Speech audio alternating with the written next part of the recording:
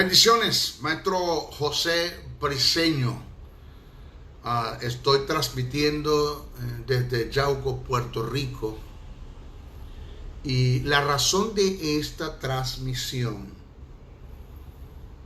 es que esta mañana, a primera hora, vi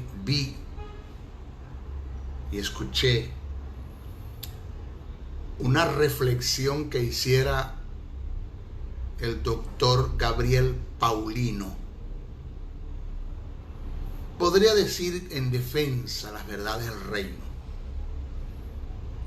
Como representante de la verdad del reino, el doctor Gabriel Paulino, un hombre el cual respeto, admiro, considero, reconozco como un arduo defensor y expositor de las verdades del reino. Un hombre el cual he aprendido, reconozco que he aprendido, porque no me voy a encerrar en el maldito orgullo. Tú sabes, el maestro Briceño no aprende de nadie, no. El Espíritu Santo enseña dos tipos de personas: los que no saben y quieren aprender, y los que saben y quieren seguir aprendiendo. El maestro Briceño está entre los que sabe un poquito y quiere seguir aprendiendo. De modo que para mí el doctor Gabriel Paulino ha sido una escuela. Es el hombre el cual respeto y considero igual que a su señora esposa, una hermosa dama, preciosa mujer, con un corazón pero lleno de Dios. He podido ver en ella la gracia, la gloria y la humildad de Dios en esa mujer. Un apoyo muy grande que tiene ese hombre a su lado. Hermosa mujer. Son los que han representado, los que representan en la Universidad IMPU, el cual soy un profesor catedrático perteneciente a su universidad en su programa. Y el doctor Paulino hablaba acerca de cómo hay quienes, y no sé si son ministros, no sé para quién están jugando, no sé para quién, en qué equipo, de qué equipo están, si están del lado de la luz o de las tinieblas. No sé de qué grupo de Al Qaeda serán, porque yo no sé. Porque una persona que se levante hablando en contra de la gran responsabilidad que debemos tener todos nosotros como ministros, y aún el creyente, el feligrés, de tener una vida de estudios, entrega, de responsabilidad, de abstinencia, de compromiso, de abandono, de consagración a los estudios de las Escrituras, y ataque esto, agarrando aquel pasaje, aquel texto muy mal aplicado, descontextualizado de la verdad del reino, cuando se escribe porque la letra mata y el espíritu vivifica. Pues la letra ahí es el estudio, la universidad, la teología. Usted no tiene que estudiar, porque todo es ayuno, oración y vigilia, y no hace falta estudiar. No entendiendo que cuando el que escribe dice la letra mata y el espíritu edifica, está hablando de la letra de la ley, que es misericordia, que no tiene misericordia, que la quebrantabas y ibas a la muerte, lapidado a fe, pagabas el precio, no había misericordia. Pero el Espíritu, mediante la gracia que nos guía, que nos instruye, que nos corrige, que nos enseña, en su misericordia nos da oportunidades en medio de nuestros errores. No somos descalificados, ni destruidos, ni acabados, sino que somos bendecidos porque somos guiados, instruidos por el Espíritu, en gracia, en el conocimiento de la verdad del reino.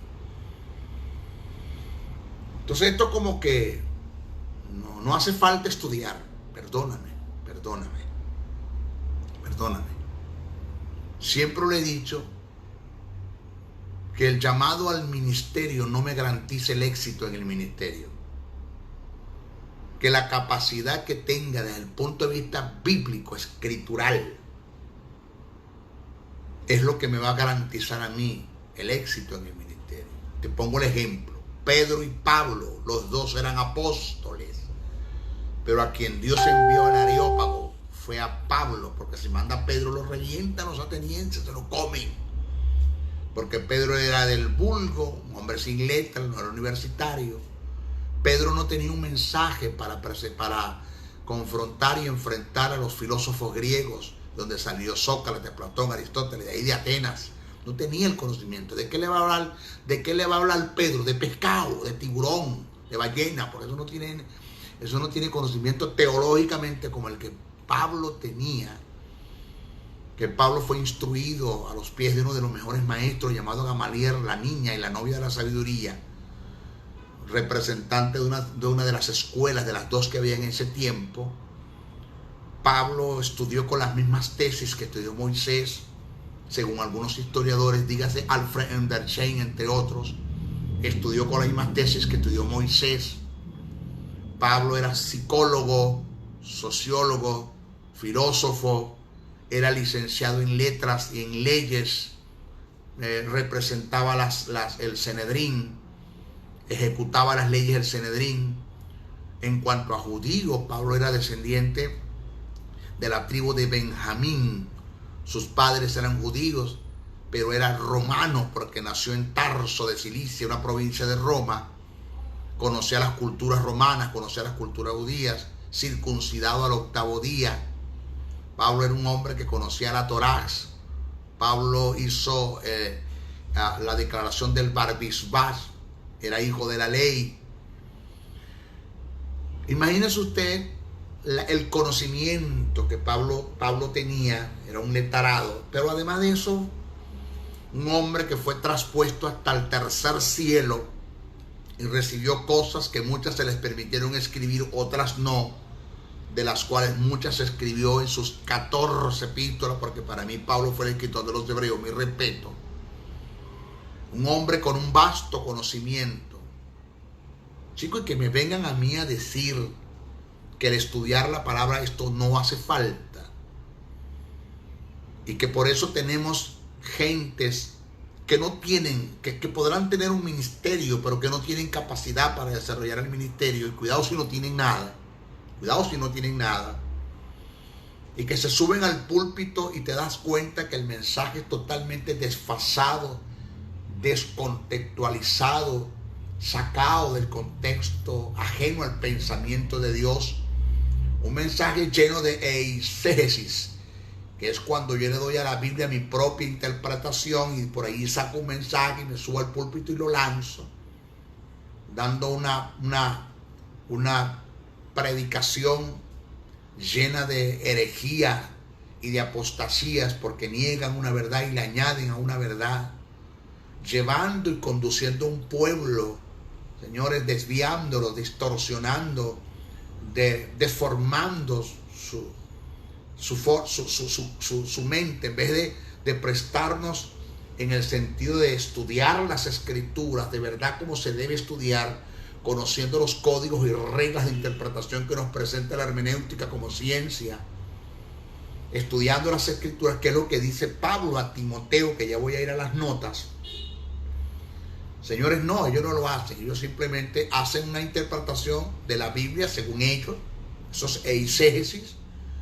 Otros entran en el terreno del hiperliteralismo, donde leen y dicen lo que la Biblia dice, pero muy pocos entran en el terreno de la exégesis, que es cuando yo digo lo que la Biblia quiere decir, que es cuando yo descubro a través del estudio de la palabra, porque lo sé hacer, porque conozco la forma, el cómo hacerlo, conozco los códigos, reglas de interpretación que me presenta la hermenéutica, principios de interpretación, conozco y sé hacerlo, tal como el emisor, el receptor, el cronista, la comunicación, la causa de la comunicación, el contexto histórico, la idiosincrasia, las culturas, no dejando de entender que la Biblia fue un libro escrito bajo unas culturas orientales, no occidentales,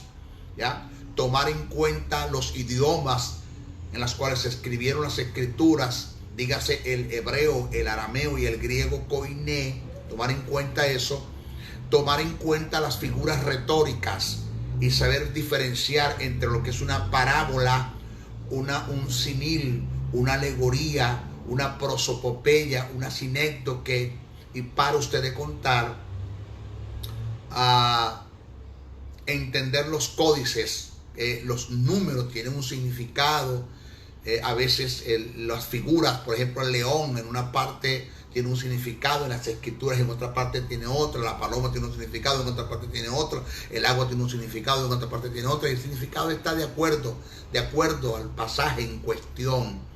Tomar en cuenta la etimología de los términos, por ejemplo el término amor en nuestra Biblia, nuestras traducciones, en el español aparece amor, amor, amor, amor en todas partes, en inglés aparece en todas partes el término en inglés, ¿ya?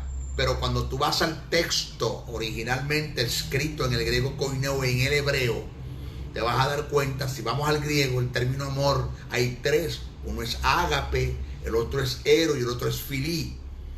Cuando yo voy a estudiar las escrituras y tomo en cuenta la etimología de los términos, entonces puedo entender de qué se está hablando, qué es lo que quiere transmitir el que está escribiendo, o cuál es el pensamiento de Dios en relación a lo que está escrito. Porque aquí me está hablando del ágape, aquí me está hablando del ero, aquí me está hablando del filí. Entonces, el término prueba, hay dos, doquimazo y peirazo. El peirazo es la prueba que viene de parte de Satanás, viene con la finalidad de destruirte, acabarte, devorarte, sacarte del medio. Pero el doquimazo es la prueba que viene de parte de Dios, que viene con la finalidad de hacerte ver la falta de madurez que tienes en el área donde se te está probando. Sin embargo, en mi Biblia aparece prueba en todas partes, pero no sé de qué prueba se está refiriendo. Entonces yo digo que Dios prueba con enfermedad, que Dios prueba con la maldición, que Dios prueba con la tragedia, porque no tengo conocimiento etimológicamente cuál es el carácter de la prueba que viene de parte de Dios, porque yo no estudio. A su nombre gloria, fuerte el aplauso para el Señor, un grito de guerra, grito de júbilo, y para adelante, denle fuerte aplauso al Señor. Así no se trabaja. Eso no es lo que nos llamó a ser Dios a nosotros. Jesús fue un hombre de estudio. Además de estudiar, era un gran maestro, y Jesús utilizó la hermenéutica sagrada. Jesús utilizó lo que es el emisor, quien lo dijo, el receptor, a quien se lo dijo, el cronista, quien lo escribió, quien lo recopiló, la comunicación que se dijo, la causa de la comunicación, por qué se dijo. Jesús tomó en cuenta el mensaje de los profetas, Jesús tomó en cuenta los tiempos, Jesús tomó en cuenta las culturas. Por eso Jesús les corrige a los fariseos, a los saduceos y a los escribas, cuando les dijo: vosotros erráis interpretando las escrituras. Ustedes están totalmente equivocados. Cuando Jesús dijo vosotros erráis interpretando las escrituras, porque está haciendo juicio, porque Jesús sabía cómo interpretar las escrituras, utilizaba la hermenéutica para hacerlo. Cuando aquella persona le preguntó, que fue un escriba, oiga, estamos hablando de un escriba, no estamos hablando de cualquier cosa, de un escriba, Señor, un doctor en la ley, escribiente, le preguntó a Jesús: ¿qué debo hacer yo para ser salvo? Y Jesús le responde y le hace esta observación: ¿qué dice la ley? ¿Cómo la lees? Oiga lo que dice Jesús: ¿qué dice la ley y cómo la lees? En otras palabras, no es que dice, sino cómo la interpretas. Porque si tú vas a entrar en el terreno de la exégesis, le vas a dar tu propia interpretación. Si entras en el terreno del hiperliteralismo, pues vas a decir lo que la ley dice, pero aquí es entrar en una exégesis. ¿Cómo? Conociendo las reglas y códigos de interpretación para interpretar las escrituras, aunado principalmente a la dirección del Espíritu Santo, que fue el que inspiró las escrituras, es el que te va a iluminar lo que está revelado en las escrituras. Entonces, no es cuestión de qué dicen, sino cómo la interpretas, cómo la lees, qué interpretación estás dando. Entonces, cuando Jesús se dispara la parábola del buen samaritano, entonces por ahí se le mete Jesús, ¿vio? Mire, el apóstol, acá tenemos nuestras notas. Dice el texto: en aquellos días, como crecía el número de los discípulos, hubo murmuración de los griegos contra los hebreos de que las viudas de aquellos eran desatendidas en la distribución diaria. Entonces los 12 convocaron a la multitud de los discípulos y dijeron: no es justo que nosotros, oigan, no es justo que nosotros dejemos, abandonemos la palabra de Dios para servir a las mesas, cuidar viudas, pobres y menesterosos. Busquen pues, hermanos, entre vosotros, a 7 varones de buen testimonio, llenos del Espíritu Santo y de sabiduría, a quienes encarguemos de este trabajo, y nosotros persistiremos en la oración y en el ministerio de la palabra. Oiga que Pedro lo llama ministerio de la palabra. La importancia. Pero si usted va a Hechos, el capítulo 11 del verso 25, dice el texto: después fue Bernabé a Tarso para buscar a Saulo, y hallándole le trajo a Antioquía, y se congregaron allí todos un año con la iglesia, y Pablo enseñaba a muchos por un año. ¿En dónde? En la iglesia. ¿Qué hacía Pablo? Enseñaba. Y dice la Biblia que desde ese momento los empezaron a llamar cristianos, porque enseñaban y pregonaban la doctrina de Cristo. Dice la importancia. La Biblia dice: y él mismo constituyó a unos apóstoles, a otros profetas, a otros evangelistas, a otros pastores y maestros, a fin o con el propósito de perfeccionar a los santos para la obra del ministerio, para la edificación del cuerpo de Cristo, hasta que todos lleguemos a la unidad de la fe. La palabra fe, doctrina. ¿Cuál fe? ¿Cuál doctrina? Del conocimiento del Hijo de Dios, y lleguemos a ser un varón perfecto, a la medida y la estatura de la plenitud de Cristo mientras estuvo en la tierra, para que ya no seamos niños fluctuantes, llevados por doquiera de todo viento de doctrina, por estratagema de hombres que para engañar emplean con astucia las artimañas del error, sino que siguiendo la verdad en amor. A mí nadie me va a desviar cuando yo sigo la verdad, porque tengo ministerios que me enseñan la verdad, porque estudian, porque son responsables, que saben lo que están diciendo. Porque siguiendo la verdad en amor, crezcamos en todo en aquel que es la cabeza, esto es Cristo, de quien todo el cuerpo, bien concertado y unido entre sí por todas las coyunturas que se ayudan mutuamente según la actividad propia de cada miembro, recibe su crecimiento para irse edificándose en amor. El Señor constituye 5 ministerios para perfeccionar a los santos. Es lo que está haciendo los ministerios. Pero ¿cómo puede un ministro alcanzar dicho objetivo si ni siquiera él estudia? Usted va a la casa de muchos ministerios, no son todos, pero los hay, ni biblioteca tienen. Los ministerios, la mayoría de ellos no estudian, uno, porque no tienen un apoyo, un material para hacerlo, y dos, porque no lo saben hacer, porque no saben estudiar las escrituras. Son gentes, perdone usted la fuerte que voy a hacer, neófitos, que es la palabra neofotún, que tiene que ver con inexpertos, con gentes estúpidas que no saben hacer el trabajo. Señores, el propósito de los ministerios es para perfeccionar, pero ¿cómo tú puedes perfeccionar si tú no has alcanzado un estado de madurez? Por eso pude ver el celo. Muchos dirán la molestia del doctor Gabriel Paulino, muchos dirán el enojo del doctor Gabriel Paulino. Yo más diría el celo, aquel celo que Jesús sintió cuando entró al templo y sacó a la gente al fuerte y dice: el celo de tu casa me consume. Ese es el celo que está dentro del maestro. El celo, yo entiendo al doctor Gabriel Paulino cuando él se expresa de esa forma. ¿Por qué? Porque es un celo que como maestros nosotros tenemos al ver tantos delincuentes en el púlpito, chicos, que no transmiten un mensaje, que no transmiten, que son unos vividores, porque eso es lo que están haciendo allí. Gentes que lo que están es gerenciando, pero que no están pastoreando, que no están haciendo el trabajo que le corresponde. Señores, sentarme, yo he sido la persona que he llegado y me he sentado y siento un dolor en mi espíritu, en mi ser, en mi interior, cuando analizo sentadito el mensaje que el hombre está dando, porque conozco las escrituras, soy polifacético, no hay una área de las escrituras que deje de conocer. Habrán algunas que desconozco y tendré que seguir aprendiendo, pero trato de ser polifacético en todas las áreas de las escrituras.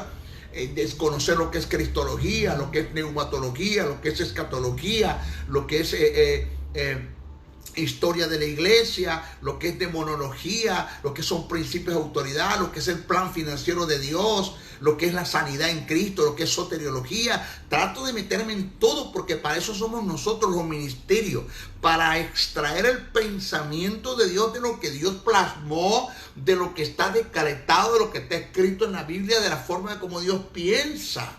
Ese es nuestro trabajo. Y cuando me siento a analizar al hombre, me doy cuenta que el hombre no tiene nada en la pistola. Señores, que tenemos en las gentes en los púlpitos, señores, haciendo un trabajo, pero que muy mal trabajo están haciendo, no lo saben hacer. Y esto es semejante como entregarle un quirófano a un carnicero. Esto es como entregarle un quirófano a un carnicero. ¿Qué va a hacer un carnicero en un quirófano? A despedazar, a deshuesar, a acabar, a matar, a destruir. Porque los quirófanos son para los cirujanos. Los púlpitos son para la gente que son llamadas, pero que además de ser llamadas son capacitadas, preparadas y enviadas por Dios, pero que Dios pudo prepararlos y capacitarlos porque ellos tuvieron la responsabilidad de sentarse a estudiar, a indagar. El estudiar las Escrituras, señores, es para todos, pero no es de todos. Es para todos, pero no es de todos. Somos muy pocos los que estudiamos las Escrituras. Entonces tenemos otro problema. El otro problema que según es que cuando vas a una de estas iglesias donde el hombre no dice nada, porque es un carnicero dentro de una sala quirúrgica, un carnicero dentro de una sala quirúrgica, no tiene nada que dar, y lanzas un mensaje que tiene una hilación de pensamiento que conforme comenzó, terminó. Lanzas un mensaje que es polifacético, lleno, está rico en la sustancia bíblica, teológicamente hablando. Y es un mensaje exegético porque transmite un conocimiento, porque enseña, porque forma un carácter, porque desubica a la gente de la religión, de la tradición, del dogma, de la mentira, de los principios de ocultismo, del catolicismo romano en la que la iglesia está metida, y lo ubica en las verdades del reino, en los principios del reino, en la verdad absoluta, en la verdad verdadera. Entonces cuando se dan cuenta que tú tienes y ellos no tienen, en vez de invitarte otra vez, no te dan una ofrenda, sino que te dan un bono. Te dicen, vos no venís más. Entonces te cierran la puerta. ¿Por qué? Porque el mensaje que tú estás dando no les conviene a ellos que el pueblo escuche y que el pueblo sepa. Porque el mensaje que tú estás dando, el pueblo se está dando cuenta que el tipo a mí no me está dando nada, que aquí lo que estamos es perdiendo el tiempo. Porque eso es una pérdida de tiempo, que usted vaya a una iglesia a estar 3 horas sentado para que un domingo a la mañana el tipo a usted no le diga nada. Que su mensaje está lleno de muletillas, que usted edita un mensaje de este tipo de personas, que no son todos, pero los hay, y quedan 5 minutos de mensaje porque los demás es pura muletilla. Dígale que está a su lado, que repita conmigo y para usted de contar. Eso se llama basura.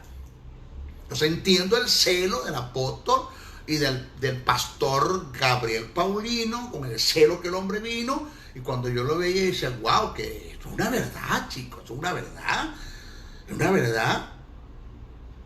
Esa delincuencia se tiene que acabar en nuestros púlpitos. Miren, propósito del ministerio para apacentar a la grey de Dios. Y de paso es otra cosa, que cuando vas a este tipo de iglesia, dices las verdades, confronta a esta gente, no te invitan más. No te invitan más. Pero cuando hay una actividad contigo cerca de esas congregaciones, lo primero que hace es que se adueñan de las ovejas y le dicen no vayan a esa actividad, prohíbo que vayan, porque sabe que vas a aprender, sabe que le vas a quitar la ceguera al pueblo, que le vas a quitar los tapones de los oídos, y se van a dar cuenta, oye, que este hombre a mí no me está dando absolutamente nada, esto es más de lo mismo. Propósito del ministerio para apacentar la grey de Dios. Según Juan 21, 15, 17, Primera de Pedro 5, 1, 4, Salmo 23, 1. Apacentar del griego bosco, B-O-S-K-O. Es importante tomar en cuenta eso, claro, porque tienes otro término llamado poimen. Poimen, que es diferente a bosco, 2 tipos de pastorado. ¿Se da cuenta lo importante que tomar en cuenta la etimología de los términos? Apacentar del griego bosco, que significa alimentar, instruir, tener cuidado, conocer, consolar, proveer comida, darle cuidado. Segundo, para perfeccionar el cuerpo de Cristo, el término perfeccionar es catartismo. No teleo, porque teleo es un tipo de perfección que viene siendo lo completo. Ya, lo último, lo que no te hace falta nada. El término catartismo significa llevarte a un estado de madurez, aunque no significa haber alcanzado todo. Sí, tienes que seguir creciendo. Pero nosotros los ministerios que hemos llegado a un estado de madurez, tenemos que conducir al pueblo a un estado de madurez. Pero si no tengo que dar, no tengo nada en la pistola que yo puedo dar. Perfeccionar, del griego catartismo, madurar, a completar, preparar, restaurar, equipar, según Efesios 4:12. Para edificar, tercer causa por la cual se te dio un ministerio, para edificar el cuerpo de Cristo, edificar del griego oikodomeo, promover el crecimiento espiritual y desarrollar el buen carácter de la iglesia, según Efesios 4:12.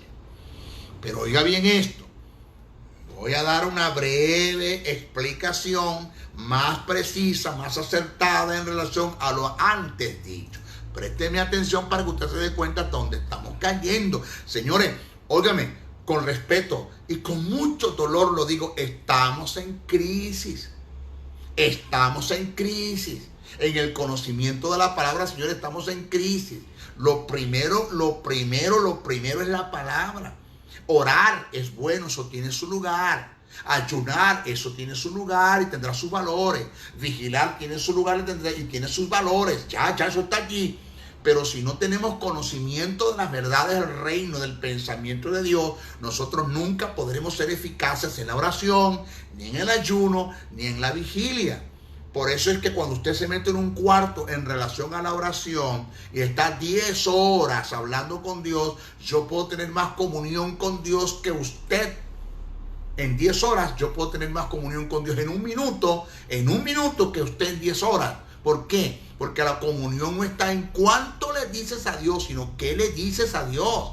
Si lo que a Dios le dice, Él está de acuerdo, porque eso es lo que Él dijo, eso fue lo que Él plasmó en las Escrituras, eso fue lo que Él decretó, esa es su forma de pensar, ese es su pensamiento, esa es su obra, esa es su naturaleza, pues entonces usted tuvo comunión con Dios. Pero si lo que usted dice no está de acuerdo con lo que Dios dijo, no está de acuerdo con su naturaleza, no está de acuerdo con sus principios, no está de acuerdo con su obra, no está de acuerdo con su palabra, no está de acuerdo con su decreto, usted en 10 horas no tuvo comunión con Dios, porque Dios no está de acuerdo con lo que usted dijo. Entonces, la oración es buena.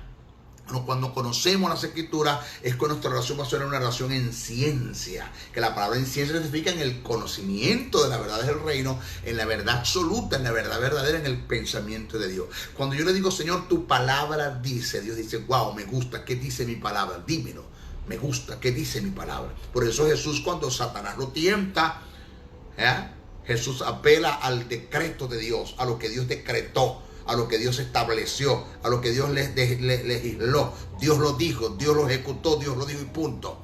Escrito está, así lo estableció mi Padre, punto. Aquí vale lo que Dios dice. Entonces mi oración, mi vida devocional, mis acciones, mi fe, mi autoridad, mi crecimiento espiritual, mi ascenso y mi promoción, el éxito en mi familia, mis finanzas, mi salud, todo tiene que ver con la palabra.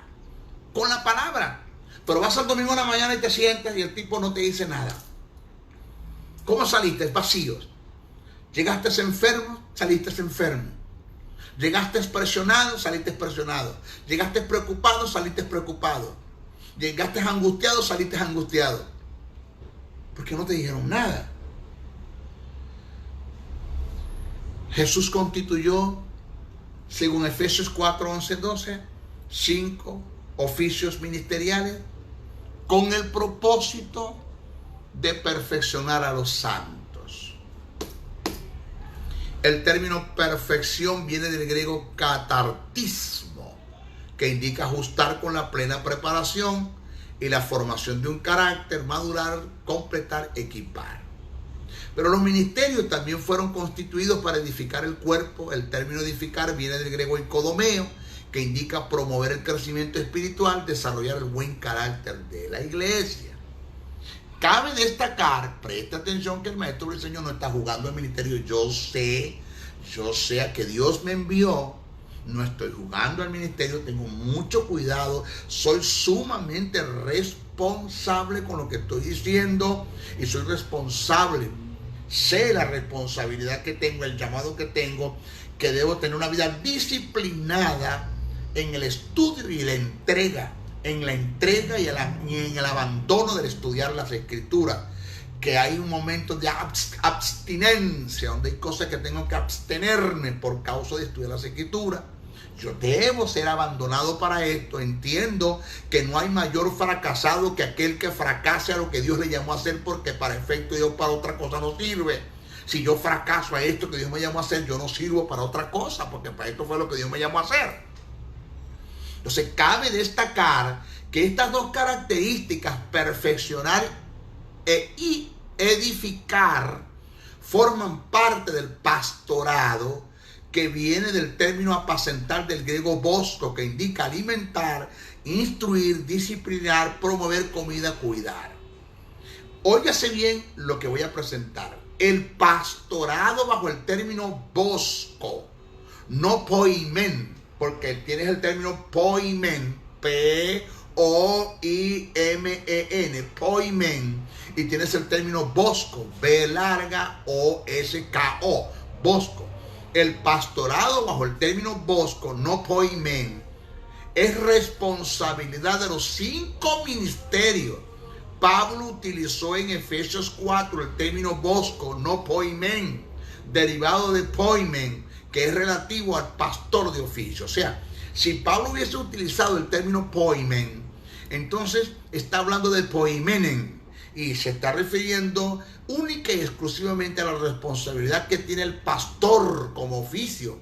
Pero Pablo utilizó el término bosco, que tiene que ver con la responsabilidad que tienen los 5 ministerios de pastorear, entendiendo que pastorear significa dar alimento, instruir, disciplinar, promover comida, cuidar. Y oiga bien lo que viene, presta atención. El único elemento que un ministro tiene para alcanzar los objetivos antes mencionados es la palabra. Es el único elemento. Para ello necesitamos ministros que sepan trazar, aquí viene esto, trazar bien la palabra, que sean amantes de sus estudios y que dediquen y tengan tiempo para hacerlo. Vuelvo a repetir, el único elemento que un ministro, cual apóstol, profeta, evangelista, pastor o maestro, tienen para alcanzar el objetivo antes mencionado es la palabra. Para ello necesitamos ministros que sepan trazar bien la palabra, que sean amantes de sus estudios y que dediquen y tengan el tiempo para hacerlo. Por eso es que como nosotros, cuando digo de nosotros, hablo de mí, incluyo al doctor Paulino con el respeto que él se merece y el permiso que no me lo ha dado, pero que yo me lo tomo y lo incluyo a él.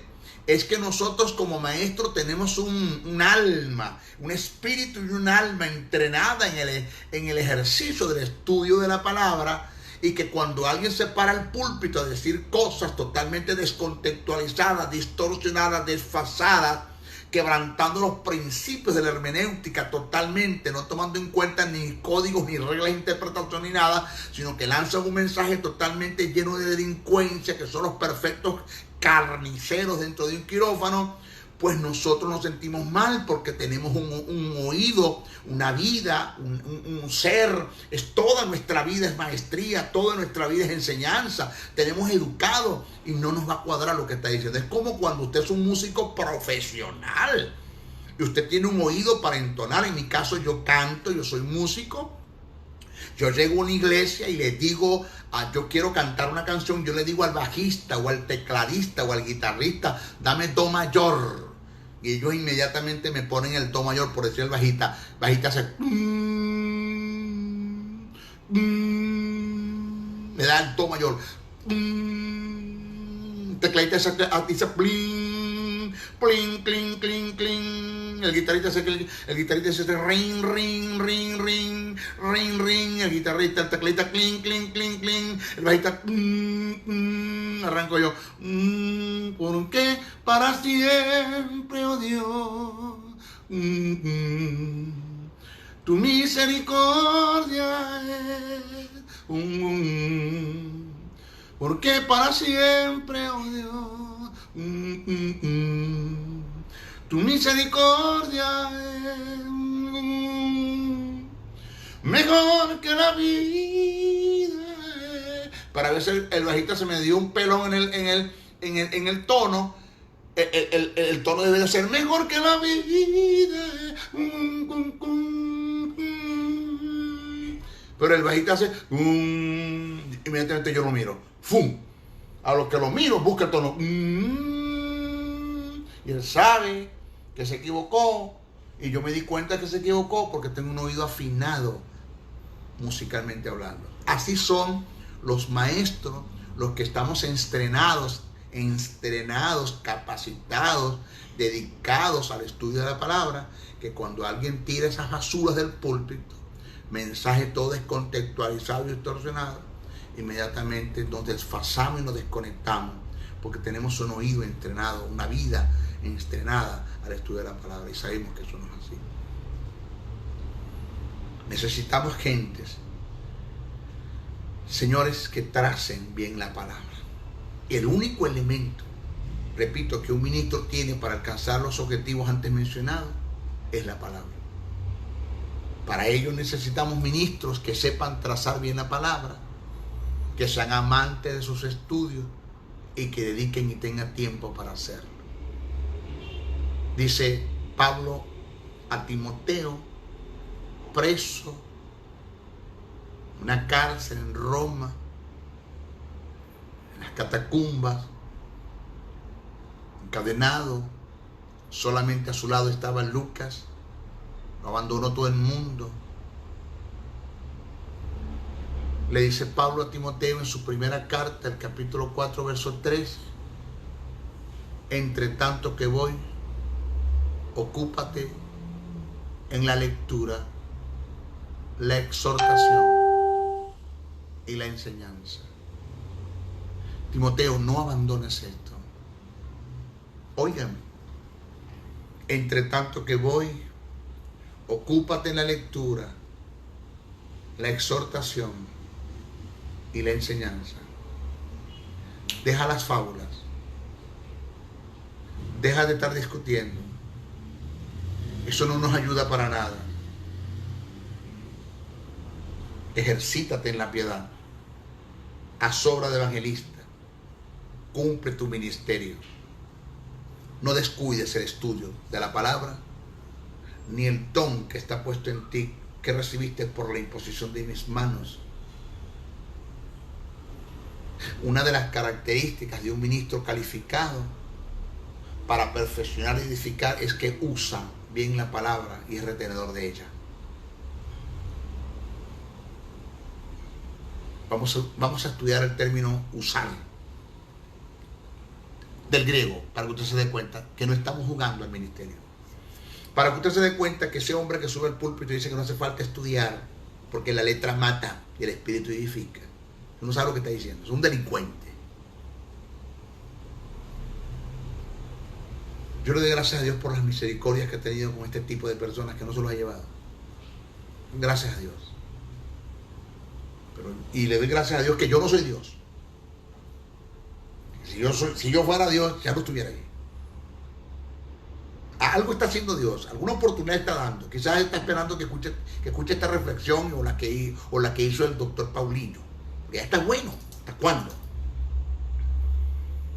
Pablo dijo a Timoteo en su segunda carta, el capítulo 2, verso 15: procura con diligencia presentarte a Dios aprobado. Esto no es fácil. ¿De qué aprobado? Que Dios diga, estoy de acuerdo, secundo, corroboro. Como obrero que no tiene de qué avergonzarse, que usa. ¿Qué significa el término usar allí?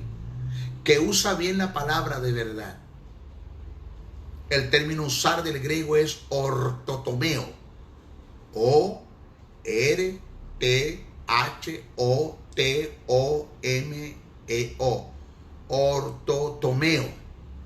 Y su equivalente en el español viene a ser tarazar. Tarazar. Tarazar. Tarazar indica cortar por lo recto. Es un término compuesto del griego orto, recto, tecno, cortar. Ese término tarazar, que tiene que ver con usar, usas bien la palabra. No, negativamente no, negativamente no. No tiene que ver con dividir ni cortar por la mitad, sino con el buen trato y el verdadero significado de las cosas. Es no, negativamente no, negativamente no. Es no exponer una eisegesis, que indica decir lo que las escrituras, que indica darle mi propia interpretación a las escrituras, ni entrar en el campo del hiperliteralismo, que es decir lo que la Biblia dice.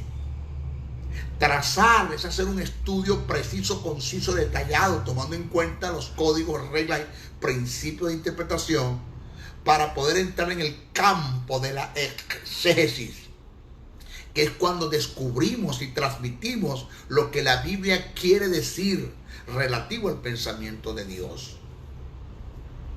Trazar, no, negativamente no. No da la idea de la descontextualización de los pasajes de las Escrituras, sino la enseñanza en una forma sistemática que tenga comienzo y tenga fin, que no me salga del pensamiento, exegética, que transmita una verdad, que enseñe principios del reino, que forme un carácter, que confronte, que desubique para ubicar, y polifacético, que sea rico y en contenidos de la enseñanza, porque es imposible hablar de Cristo sin dejar de hablar del Espíritu, es imposible hablar del Espíritu sin dejar de hablar de Cristo. Es un mensaje polifacético, de manera precisa, acertada, para dirigir los pasos de otro. Eso significa trazar. Pero analicemos el término retenedor.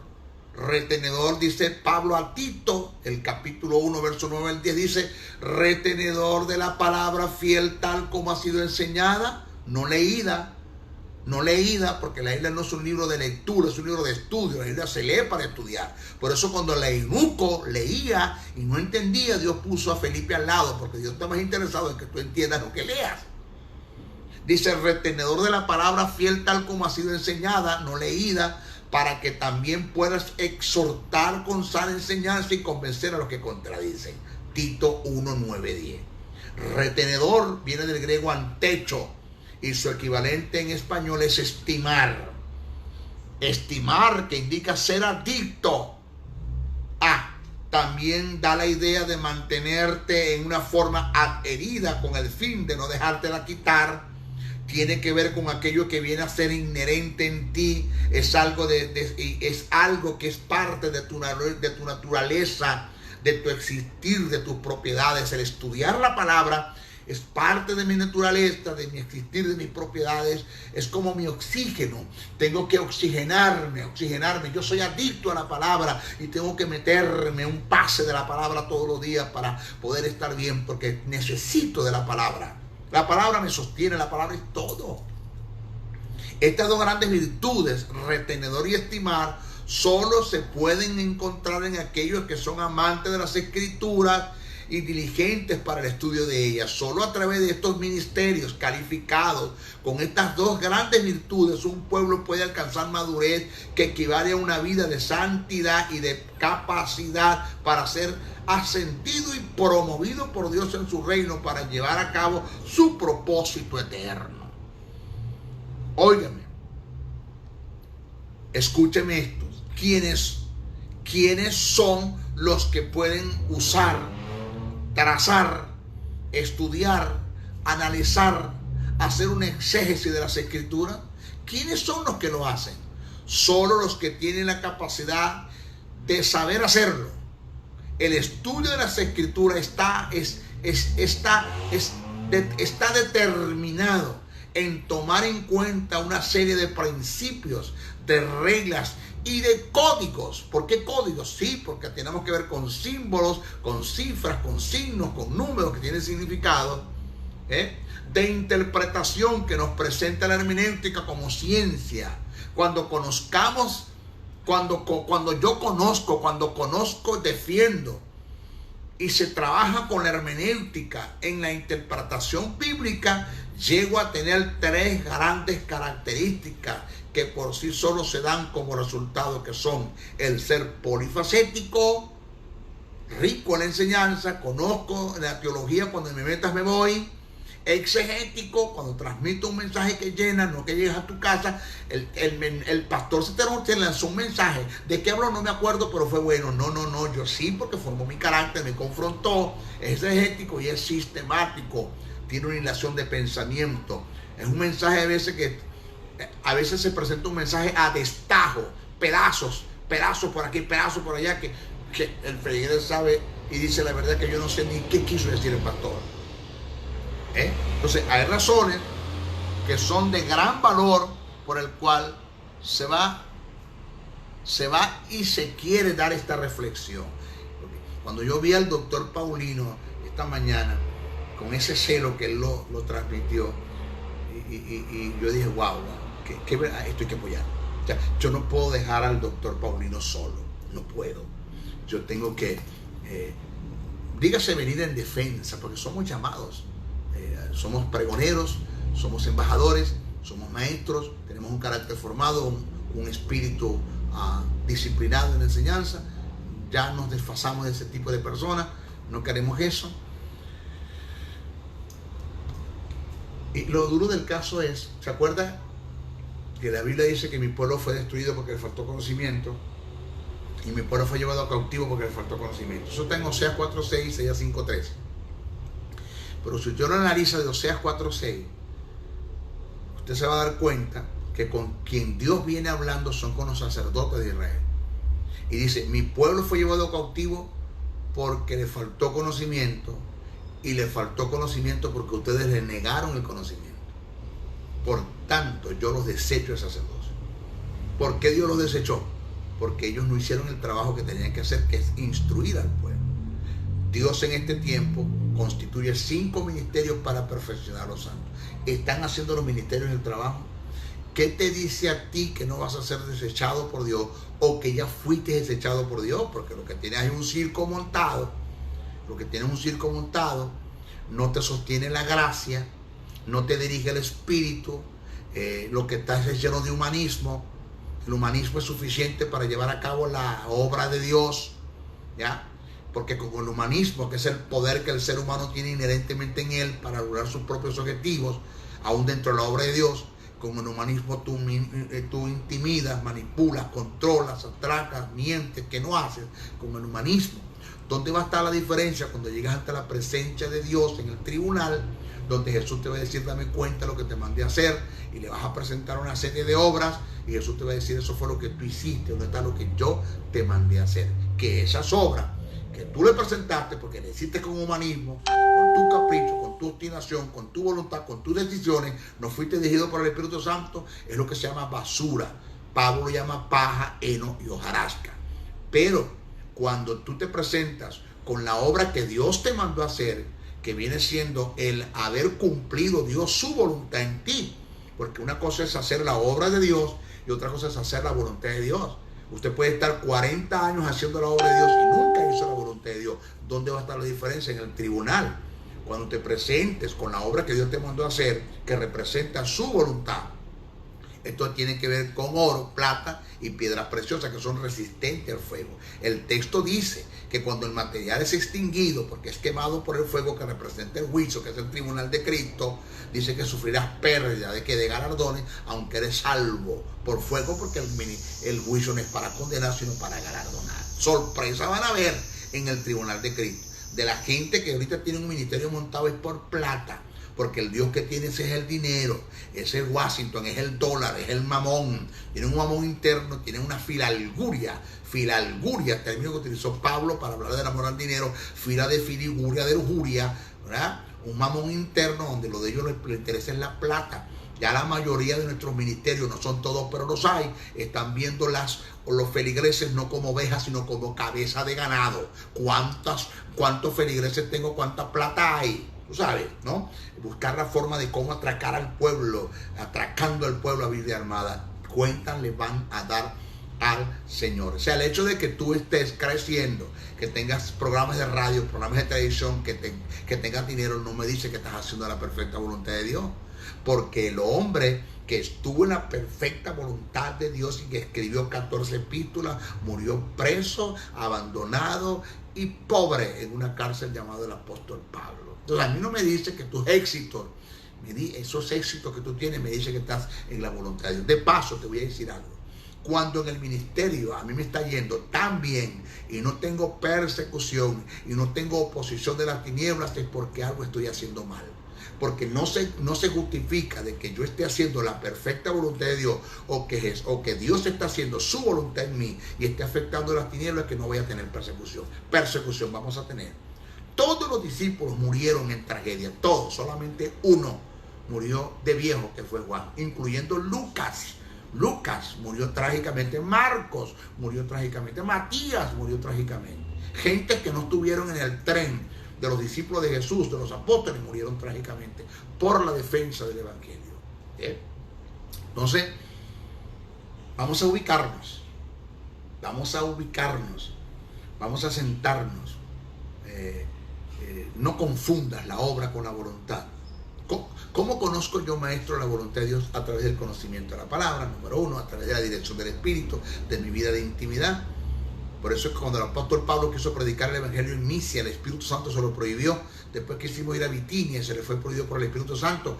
Después vimos una visión de un varón macedonio que dijo: pasa por Macedonia y ayúdanos. Y entendimos por el Espíritu que la voluntad de Dios era que estuviésemos en Macedonia y no en Misia de Bitinia. ¿Por qué? Porque en Misia de Bitinia estaba la obra, pero en Macedonia estaba la voluntad de Dios. Entonces, tenemos que ser personas de estudios, de escudriñar las escrituras, nunca abandonar esto. Siéntese, usted tiene que aprender a sentarse, aprender a derrumbar esa teología que fue lo que Jesús le dijo a sus discípulos. Si alguno quiere venir en pos de mí, niéguese a sí mismo, tome su cruz y sígame, y aprendan de mí, que soy manso y humilde de corazón. Lo que Jesús le está diciendo es: señores, vénganse, siéntense, renuncien a lo que aprendieron, porque de mí van a aprender cosas buenas que van a estar en contra de todo lo que le enseñaron. Si usted está dispuesto a aprender, deje ese maldito orgullo. Por eso es que Santiago dice que recibamos la palabra implantada con mansedumbre. ¿Por qué dice mansedumbre y por qué implantada? Porque una cosa es sembrar, que es tomar una semillita, meterla en un potecito, sale la matita, agarrar esa matita, meterla en un hoyo en la tierra, eso es plantar. Implantar es sacar una planta en lugar de colocar otra.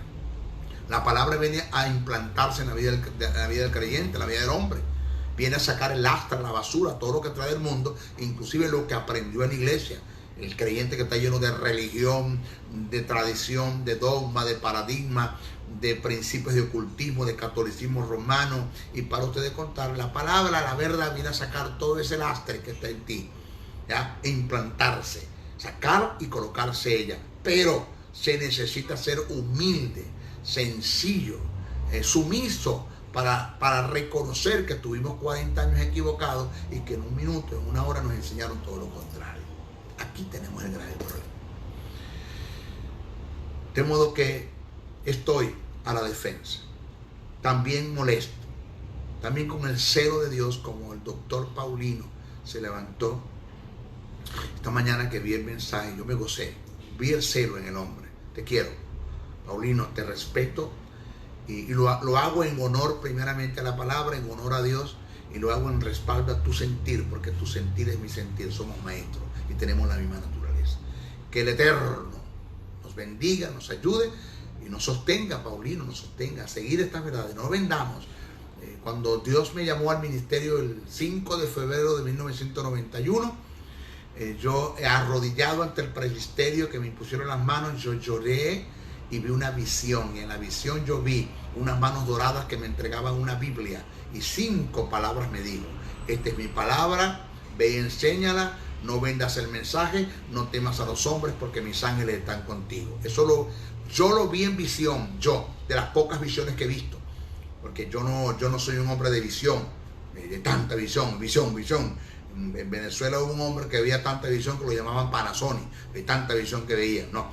Yo sí, en el tiempo que estoy yo en el Señor, sí he visto 5 visiones, en muchas, en 42 años que tengo en el Evangelio. Y vi una visión y me dijo esas 5 palabras. Pero en el momento que estoy arrodillado, se va uno en lenguas del Espíritu y otro interpreta. Y digo, así te dice el Señor, hoy te entrego mi palabra, ve y enséñala, no vendas el mensaje, no temas a los hombres que mis ángeles están contigo. Lo mismo que recibí yo en visión, lo recibí a través de lengua e interpretación, confirmando el mensaje que Dios me está dando. De modo que yo nunca vendo el mensaje. Si tú me vas a dejar de invitar, porque te voy a decir la verdad, lo siento. Cuenta le vas a tener que dar a Dios. Es mejor que el pueblo se dé cuenta que estás equivocado, que tienes que retractarte, que tienes que comenzar, porque es mejor quedar bien ante Dios y no ante los hombres. Si lo que tienes es pena, un orgullo que te está matando, que no reconoce que estás equivocado y sabe que cuando escuchas al maestro, escuchas a los maestros, al doctor Paulino, sabe que estás equivocado, lo mejor es que te acerques y digas, hermano, discúlpeme, pero yo me equivoqué, yo tengo que comenzar, me tengo que sentar. Esa es la mejor actitud que debes tener, ¿ok? Porque creo que todavía hay tiempo para hacerlo. Bueno, se despide el maestro José Briceño. A todos, bendiciones. Compartan este mensaje, por favor. Bendiciones, bendiciones, bendiciones.